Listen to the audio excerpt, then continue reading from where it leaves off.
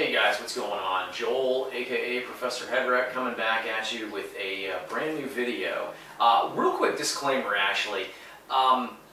Story behind the name Professor Headwreck. I used to play in a speed metal band called Demise Awaits, and the frontman and main songwriter, Jason Chatfield, it was a song he had written called Professor Headwreck, and it was this cool kick-ass number about this doctor from the future who would trick people into coming to him for their surgeries or medical practices and or medical procedures, and he would harvest their DNA and their organs and take their money. So it has some really cool riffs.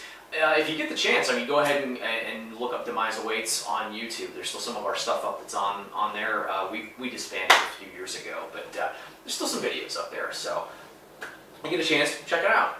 Anyways, what can I say? Hey, 25th anniversary this year of the Super Nintendo and of Guns N' Roses Use Your Illusion 1 and 2. Now, the reason that I'm saying this is because, for me as a kid, the summer of '91 was very indicative of both the release of the Super Nintendo and the release of the Guns N' Roses double album, Use Your Illusion 1 and 2. Terminator 2 was like this massive movie that was coming out in the summer of '91, and the song You Could Be Mine was on that soundtrack. And when the video premiered on MTV, I never saw the video premiere, but I remember watching the video later on and seeing the clips of the movie Terminator 2. Terminator 2 to this day is still one of my absolute favorite movies.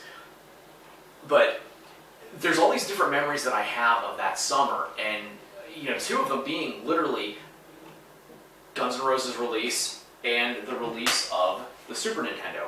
Now, if anybody, if you guys had a subscription to Nintendo Power, they began talking about the Super Nintendo sometime in 1990, but it really got ramped up that summer of '91, about 2 to 3 months before the release of it. In fact, the issue, there was a couple issues before this one, in fact, it was a contest, and the 3 grand prize winners got a trip to the Nintendo of America headquarters in Redmond, Washington, and they got one of the first 3 Super Nintendos to roll off the line. I remember as a kid I entered the contest in the hopes of winning, but much to my dismay, I did not.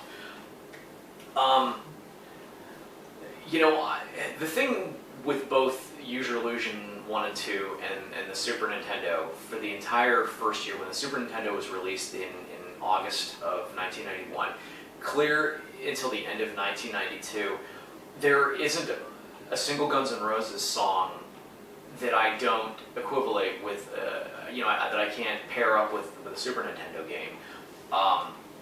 Like I've told you guys before in one of my previous videos, Final Fantasy II for me is one of my absolute all-time favorite games.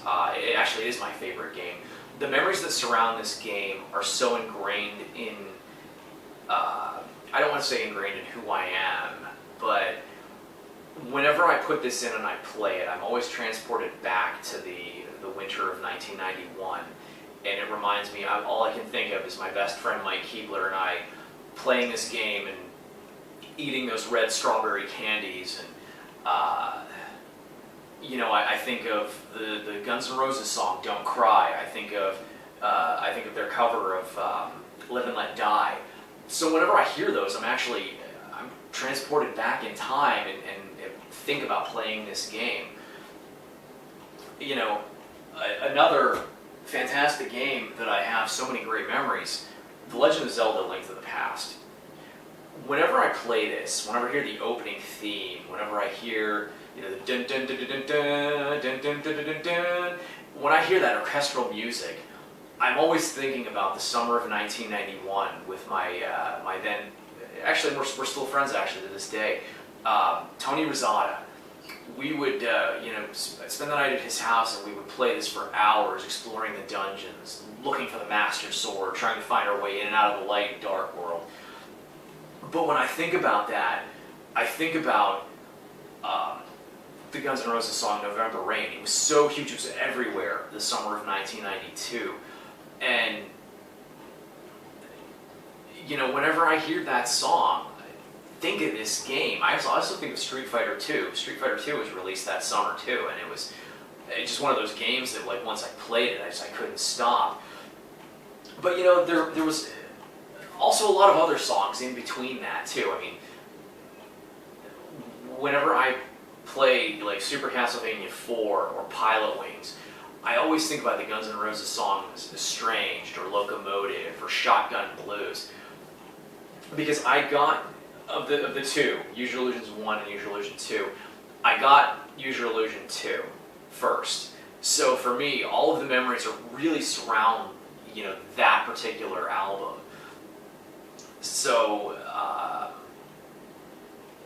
you know, I think that's why, you know, the Guns N' Roses album and the Super Nintendo for me have always gone hand in hand. It's because whenever I play a Super Nintendo game, I tend to think of Guns N' Roses, and whenever I hear Guns N' Roses, I tend to think of the Super Nintendo.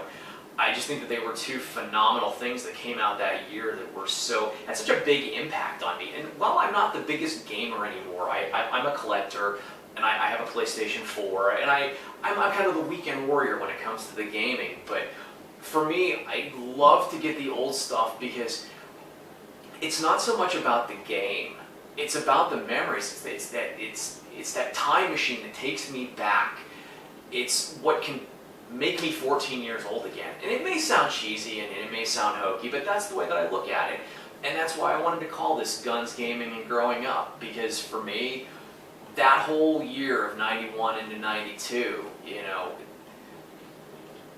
was such a major part of my adolescence, and it's something that I'll always cherish. So, you know guys, I want to thank you so much for watching this video. If you get the chance, leave some comments and tell me what were some of your best gaming memories or music that you have associated with gaming. And it doesn't have to be retro. I mean, it can be current. It can be current gen, it can be last gen, you know, whatever it is. I do have some other ideas on videos that I want to be doing in the future. There's a couple of YouTube people that I kind of want to go after.